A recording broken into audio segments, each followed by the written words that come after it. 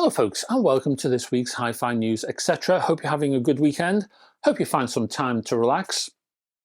Hope you're finding time to switch off and do the things you most enjoy, like watching Hi-Fi News, etc. Hey, this time around we have lots of Hi-Fi News, as you might expect, because it says so on the tin. Hey, and we have a trivia question for you. I'm going to change the theme to hospitality management. How about that?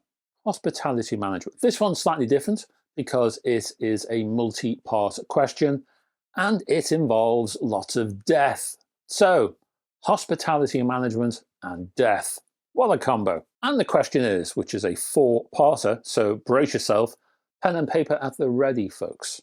Which musical stars died in the following hotels in these years?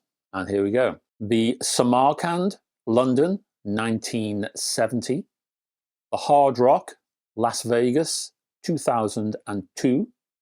The Ritz-Carlton, Double Bay, Sydney, 1997.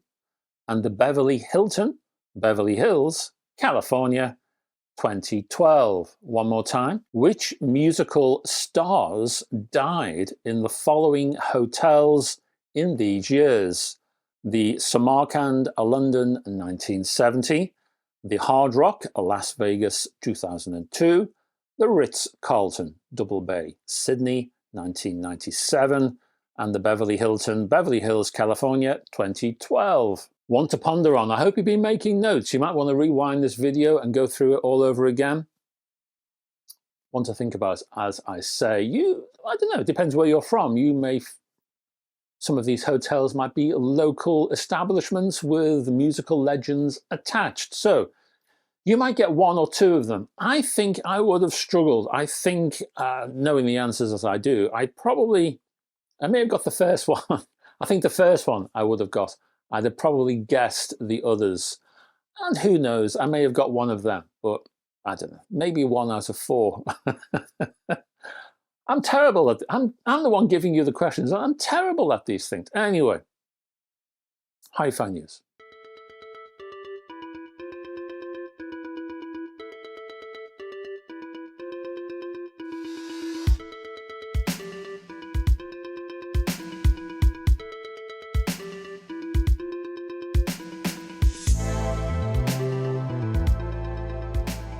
First up, we have a turntable from a company who's not known for turntables. It's Kanto. I know Kanto, the Canadian outfit.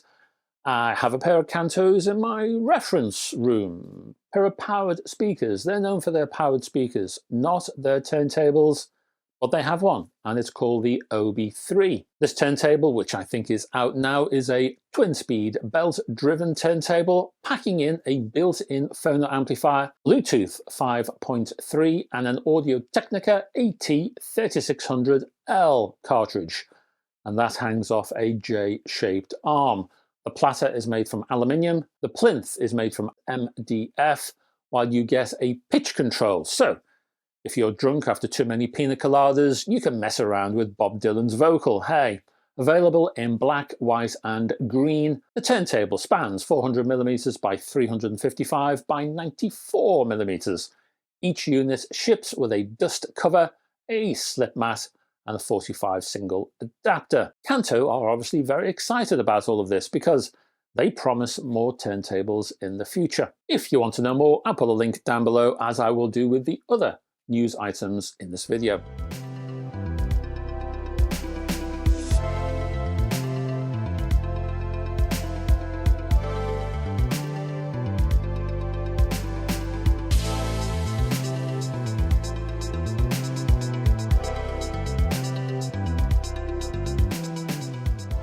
Next up, we have some very large, or rather meaty, I would say, very expensive speakers from Mobile Fidelity, or MoFi, as they're often called. The SourcePoint V10 Master Edition is the latest model in the MoFi Electronics SourcePoint range, designed by Andrew Jones. The V10 is the flagship in the range, apparently.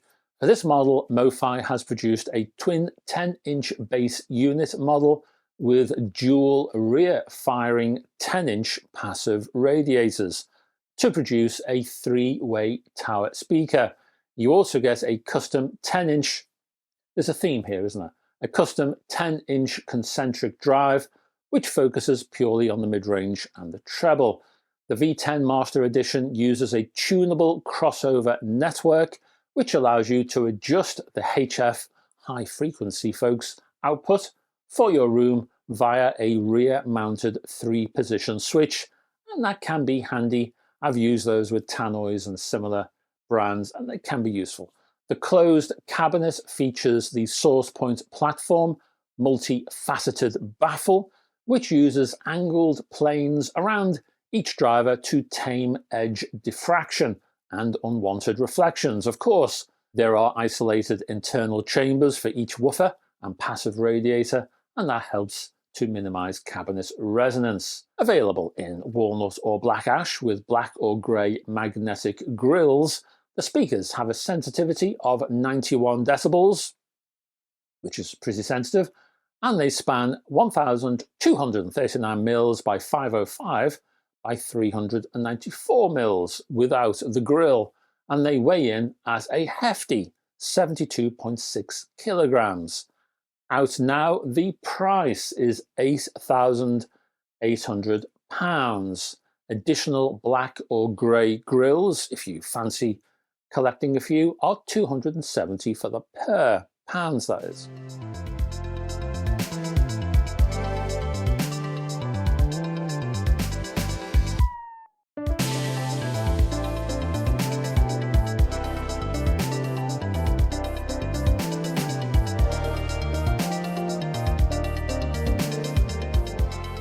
Next, we are looking at Fezz, F-E-Z-Z.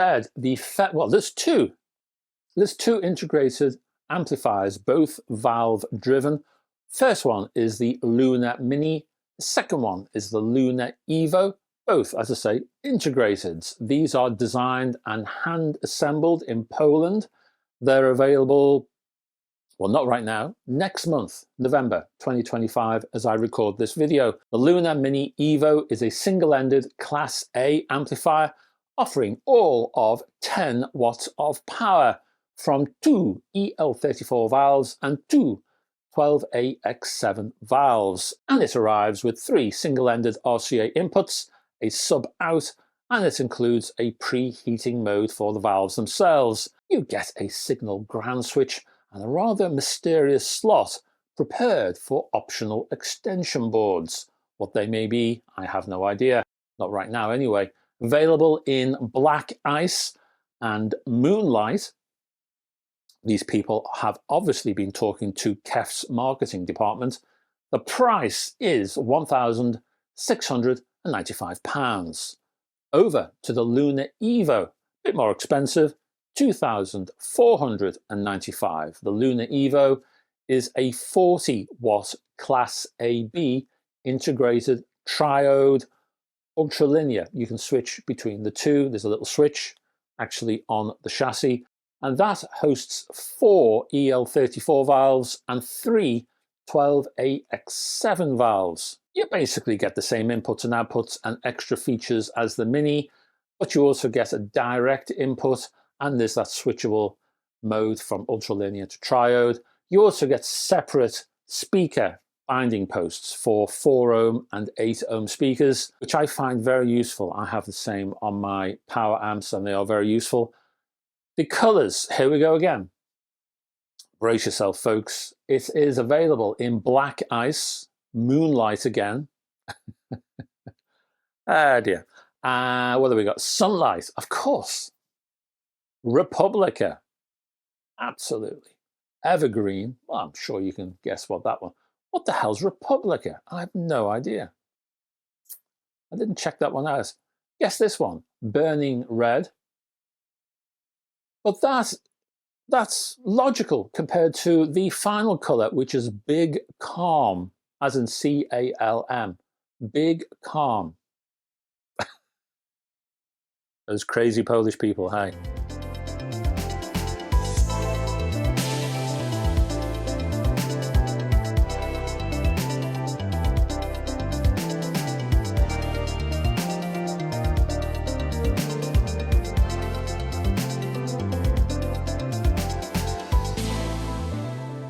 Next, we're looking at speakers from PSB and the PWM on-wall speakers, available in satin black or satin white. There you go. Some basic colours for you, black or white. That's all you need, hey. The PWM SAT is priced, I think it's the PWM SAT, I think that's the proper name.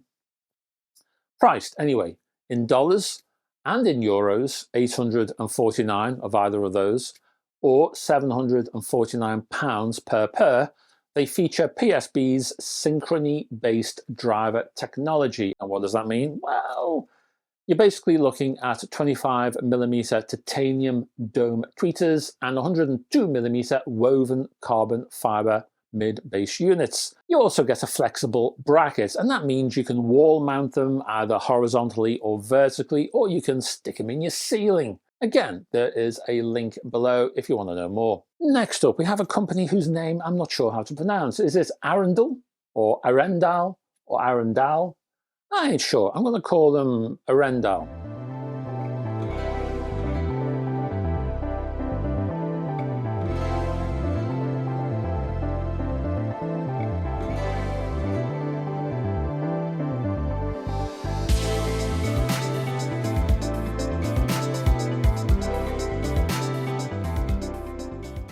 Probably got that wrong. Anyway, Arendal Sound is the company name.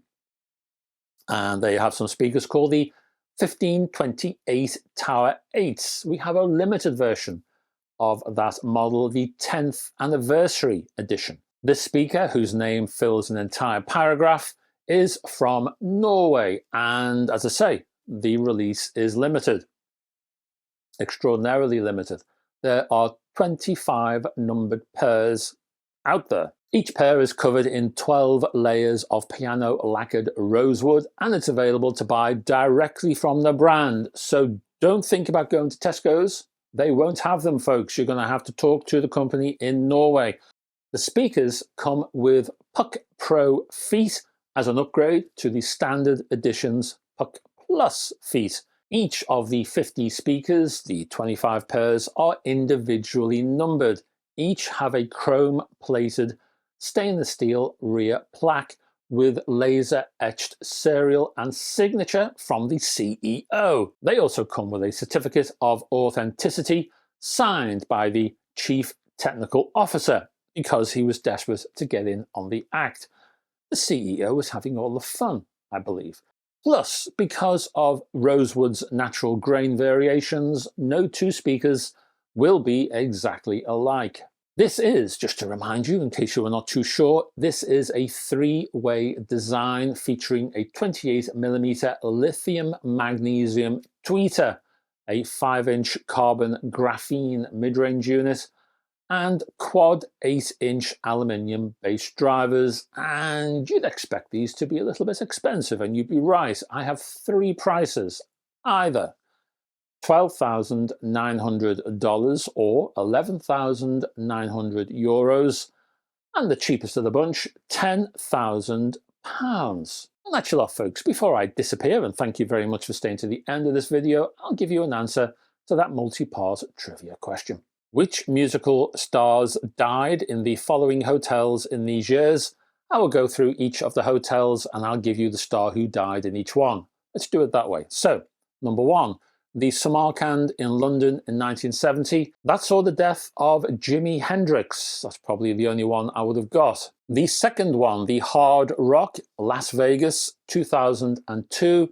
That one saw the death of John Entwistle, former Who bassist, of course. The third one, the Ritz-Carlton, Double Bay, Sydney, 1997.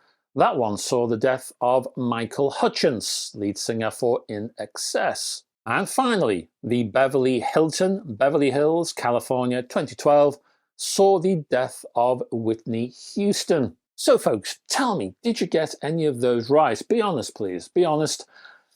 Like I said, I'd have probably struggled to get one. Because of the time period, 1970, famous deaths around that time, I'd have probably guesstimated Hendrix for that one.